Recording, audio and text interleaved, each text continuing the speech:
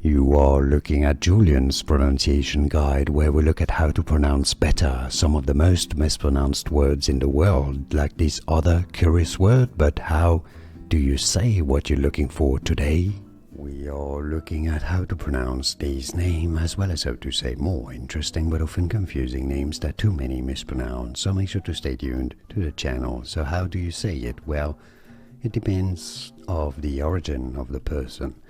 Now, if we're talking about the Italian name, because yes, it is an Italian name, in Italian it would be said as Marti, Marti.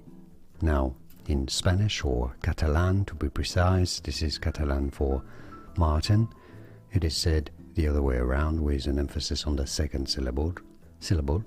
Marti, Marti is how you say it in Catalan, while in Italian you say it as Marti.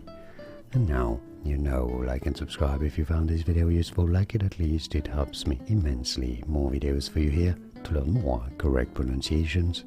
Thanks for your support and thanks for watching.